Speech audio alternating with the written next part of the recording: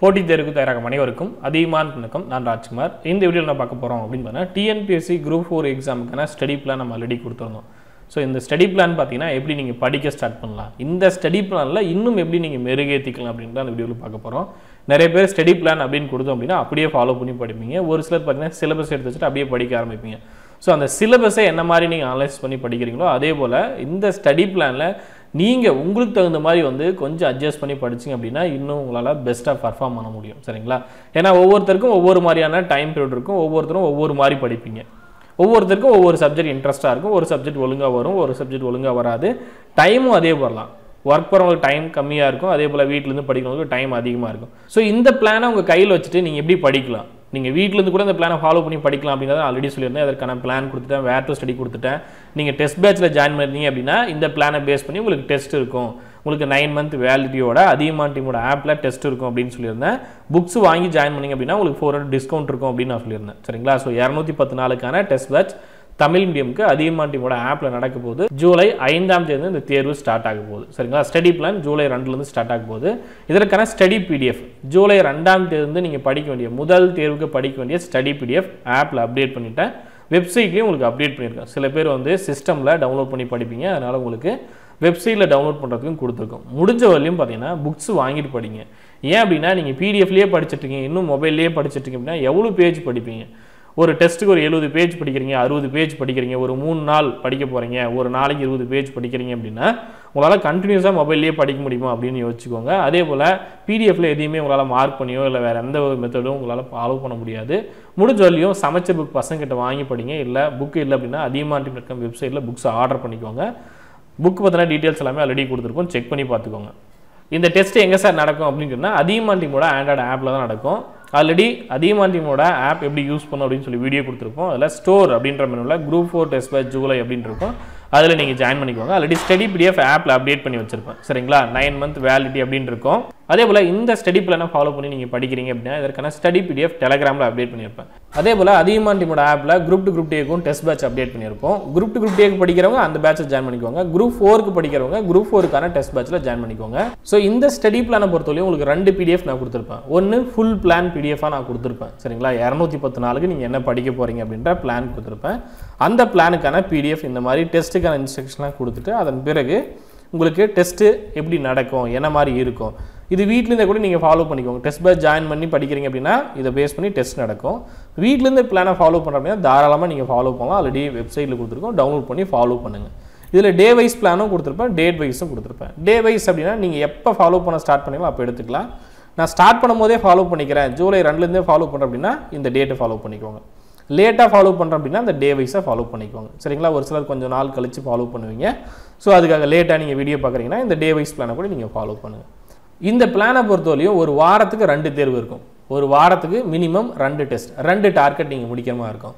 ஒன்று பொது தமிழ், இன்னொன்று ஜிஎஸ். இப்போ 2மே என்னால் படிக்க முடியல சார், 6 மாதத்துக்கு தான் நான் பிளான் கொடுத்துருக்கேன். சரிங்களா? 9 month அப்படின்றது வேலிடிட்டி, 6 மாதம் தான் உங்களுக்கு பிளான் இருக்கும். இதில் நிறைய பேர் இருக்கக்கூடிய சந்தேகம் என்ன அப்படின்னு பார்த்தீங்கன்னா, சார் 6 மாதத்தில் என்னால் படிக்க முடியல அப்படின்னா தேர்வு நான் எழுத முடியுமா? 9 monthக்குள்ளே நீங்கள் எழுதிக்கலாம். அந்த 3 மாதமே பார்த்தீங்கன்னா டைம் எடுத்து படிக்கிறவங்களுக்கு எக்ஸ்ட்ரா அந்த டைம் பீரியட் கொடுத்துருக்கோம். அந்த டைமை யூஸ் பண்ணி நீங்கள் எழுதிக்கலாம் அப்படின்ட்டு. அதே போல் இந்த ஒரு வாரத்துக்கு 2 தேர்வு கொடுத்துருக்கோம் இல்லையா? இதில் நீங்கள் என்ன பண்ணலாம் அப்படின்னு பார்த்தீங்கன்னா ஒவ்வொரு நாளுக்கும் பிரிங்க. இப்போ பொது தமிழ் அப்படின்னா பொது தமிழ் ஃபஸ்ட்டு டேர்ம் மட்டும் தான் முதல் தேர்வுக்கு நான் கொடுத்துருக்கேன்.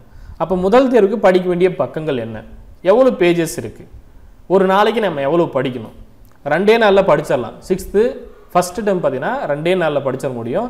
அதுக்கு முன்னாடி ஸ்டடி பிடிஎஃப் நான் சொல்லிடுறேன். சரிங்களா? உங்களுக்கு குரூப் 4 ஸ்டடி பிடிஎஃப் ஒரே பேஜில் ஆர்கனைஸ் பண்ணி கொடுத்துருவோம். ஃபஸ்ட்டு ஸ்டடி பிடிஎஃப் பார்த்தீங்கன்னா ஒவ்வொரு டெஸ்ட்டுக்கும் ஸ்டடி பிடிஎஃப் உங்களுக்கு இருக்கும். சரிங்களா? ஆப்லேயும் இருக்கும், வெப்சைட்லேயும் கொடுத்துருவோம். இதுதான் பார்த்தீங்கன்னா ஃபஸ்ட்டு டெஸ்ட்டுக்கான ஸ்டடி பிடிஎஃப். இது எத்தனை பேஜ் இருக்குது? கிட்டத்தட்ட பார்த்தீங்கன்னா ஒரு 77 பேஜ் இருக்கும். இதுலேயும் படிக்கிறது ஒரு 60 பேஜ் தான் வரும். புக் பேக் அதெல்லாம் விட்டுட்டு படிச்சுன்னா இன்னும் கம்மியாக தான் இருக்கும். சரிங்களா? ஸோ அவ்வளோதான் நீங்கள் படிக்க வேண்டியதாக இருக்குது. அப்போ ஒரு நாளைக்கு நீங்கள் 30 பேஜ் படிக்கிறீங்க அப்படின்னா தாராளமாக உங்களால் 2 நாளில் ஃபஸ்ட்டு டைமை முடிச்சிட முடியும். வேர் டு ஸ்டடி அப்படின்னு சொல்லி இன்னொரு பிடிஎஃப் கொடுத்துருப்போம். ஸோ 2 பிடிஎஃப் மறந்துடாதீங்க. ஒரு ஃபுல் பிளான், இன்னொன்று where to study. Where to study first 10 டெஸ்ட்டுக்கு நான் கொடுத்துருப்பேன். ஸோ வேர் டு ஸ்டடி வச்சு நான் உங்களுக்கு இன்ஃபார்ம் பண்ணுறேன். படிக்க வேண்டியது என்ன? முதல் டெஸ்ட்டுக்கு 6ஆம் வகுப்பு முதல் பருவத்தில் இருக்கக்கூடிய அனைத்து தலைப்புகளும் படிக்க வேண்டும். இப்போ 6ஆம் வகுப்பு முதல் பருவத்தை நீங்கள் என்றைக்கு தேர்வு எழுத போகிறீங்க? Day 4. சரிங்களா? அதாவது டேட் வைஸ் உங்களுக்கு சொல்லணும் அப்படின்னா ஜூலை 2, 3, 4, 5 5ஆம் தேதி வரையும் நிறைய பேர் பார்த்தீங்கன்னா அந்த டே இருக்கு இல்லையா, அதாவது டேட் கொடுத்துருக்கு இல்லையா, இந்த டேட்டை விட்டுறது.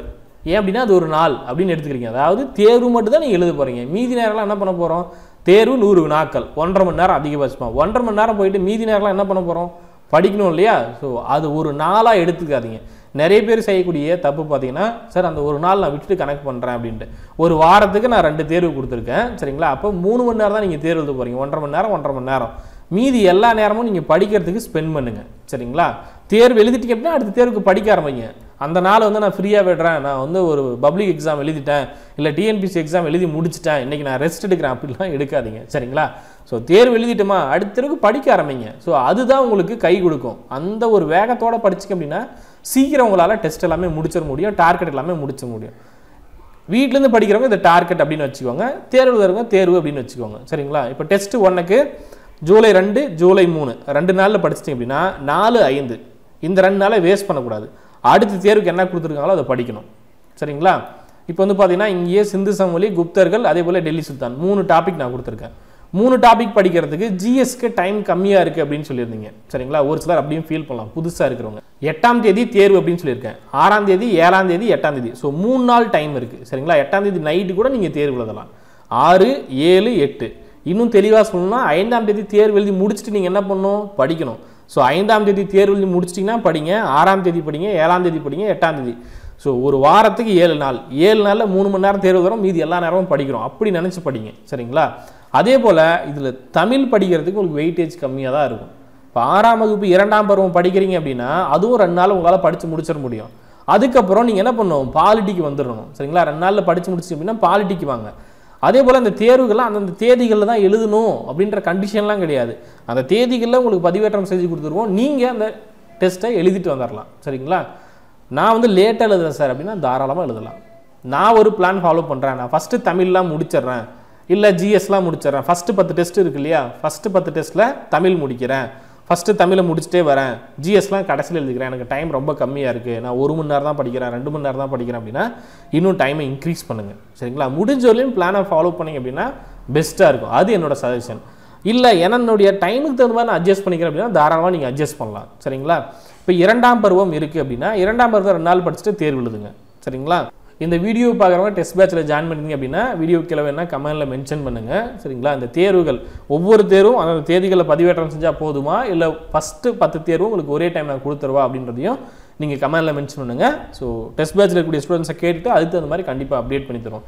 டெஸ்ட்டு நம்மகிட்ட இருக்குது. இன்னும் ஒரு சிலர் கேட்டிருந்தீங்க, சார் 9 மந்த் வேலிடிட்டி இருக்குது, அதுக்கு முன்னாடி தேர்வு வந்துட்டு என்ன பண்ணுறது அப்படின்ட்டு.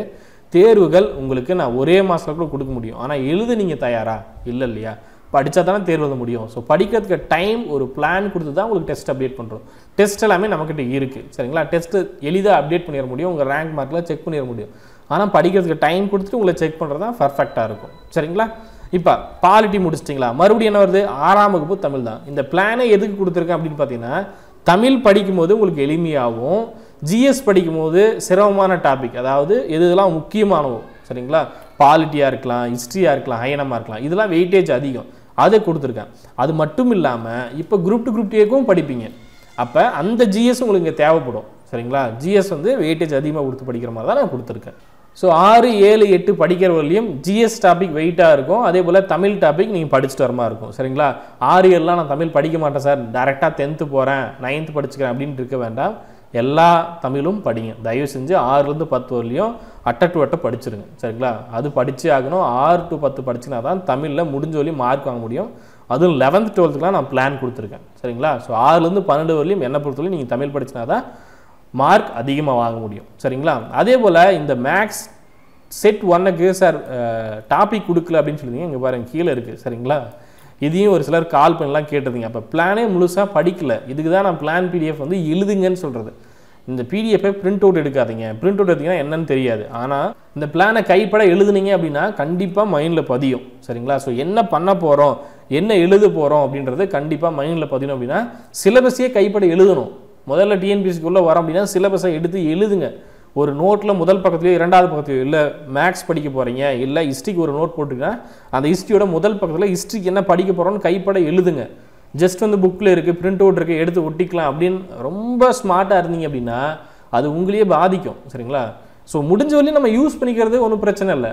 ஆனால் மைண்டில் நிறுத்தணும் அப்படின்னா எழுதுறது படிக்கிறது தான் உங்கள் மைண்டில் நிற்கும். பார்க்குறது கேட்குறது எல்லாமே ஓரளவு உங்களுக்கு ஹெல்ப் பண்ணலாம். ஆனால் நீங்கள் படிக்கிறத நீங்கள் எழுதுறது தான் உங்களுக்கு கை கொடுக்கும். அடுத்து 3ஆம் பருவம் அப்படின்னு வரும்போது ஐஎன்எம்மும் மேக்ஸும் பேலன்ஸ் பண்ணி படிங்க சரிங்களா. ஸோ நீங்கள் அதுக்கு முன்னாடி டெஸ்ட் இல்லை அதுக்கு அடுத்து வரக்கூடிய டெஸ்ட் இந்த 2 தேர்வுகளும் பேலன்ஸ் பண்ணி படிக்கிறது தான் உங்களுடைய படிக்கக்கூடிய மெத்தடை இம்ப்ரூவ் பண்ணும். இன்னும் வெளிப்படையாக சொல்லணும் அப்படின்னா ஸ்டடி பிளான் அப்படின்றது எல்லாத்துக்கும் காமனாக கொடுக்கக்கூடிய ஒரு பிளான். அந்த பிளானை பயன்படுத்தி யார் ஃபஸ்ட்டு மார்க் வாங்குறாங்க அப்படின்றது தான் அவங்களுடைய திறமையை பொறுத்து இருக்குது சரிங்களா. அது மட்டும் அவங்க தான் வச்சு வர போகிறாங்க. ஒரு கோச்சிங் கிளாஸில் எல்லாத்துக்கும் ஒரே மாதிரி தான் டீச் பண்ண போகிறாங்க, ஒரே மாதிரி தான் கைட் பண்ண போகிறாங்க. ஆனால் யார் அதிகமாக மார்க் வாங்க போகிறா, யார் டாப் ரேங்க் வாங்க போகிறாங்க அப்படின்னு பார்த்தீங்கன்னா அவங்க சொல்லிக் கொடுக்குறதுலேருந்து இன்னும் யாரெல்லாம் இம்ப்ரூவ் பண்ணிக்கிறாங்களோ இல்லை அவங்க சொல்லிக் கொடுக்குறது யார் முழுமையாக பயன்படுத்திக்கிறாங்களோ அவங்க கண்டிப்பாக வச்சு பெறுவாங்க சரிங்களா. கொடுக்கக்கூடிய பிளானை கரெக்டாக ஃபாலோ பண்ணிட்டு கரெக்டாக படிச்சுட்டு வந்துட்டு அதுலேருந்து இன்னும் நீங்கள் இம்ப்ரூவ் பண்ணிட்டீங்க அப்படின்னா கண்டிப்பாக டாப் ஸ்கோர் உங்களால் வாங்க முடியும். அடுத்து 7ஆம் வகுப்பு முதல் பருவம் இது உடனே உங்களுக்கு ஹிஸ்ட்ரி செட் 2 வந்துடும் சரிங்களா. முகலாயர்கள், மராத்தியர்கள், அதே போல் விஜயநகர பாமனி அரசுகள், இந்திய பண்பாட்டின் இயல்புகள் இதெல்லாம் கொடுத்துருக்கோம். எத்திக்ஸ் புக்லேருந்து கொடுத்துருப்போம். இது நம்மளுடைய ஹிஸ்ட்ரி புக்லேயுமே உங்களுக்கு இருக்கும். இப்போ 7ஆம் வகுப்பு முதல் பருவம் அப்படின்னு வரும்போது அதுக்கு எவ்வளோ பேஜ் இருக்குது, எவ்வளோ நேரம் நமக்கு டைம் எடுத்துக்கும். ஸோ இதெல்லாம் தான் நீங்கள் கற்றுக்கணும். என்ன பொறுத்தவரையும் இந்த பிளான் கட் ஆஃப் ரீச் பண்ணுறது உங்களுக்கு பெஸ்ட்டாக இருக்கும் சரிங்களா. தமிழுக்கும் வெயிட்டேஜ் கொடுத்துருப்போம், மேக்ஸ்க்கும் வெயிட்டேஜ் கொடுத்துருப்போம், ஹிஸ்ட்ரி, பாலிட்டி, ஐஎன்எம்க்கும் வெயிட்டேஜ் கொடுத்துருப்போம் சரிங்களா. வெயிட்டேஜ் கம்மியாக இருக்கிறது கடைசியில் வரும். சயின்ஸும் சரி இல்லை எக்கனாமிக்ஸ், ஜியாகிரஃபி பார்த்தீங்கன்னா கடைசியில் இருக்கும்.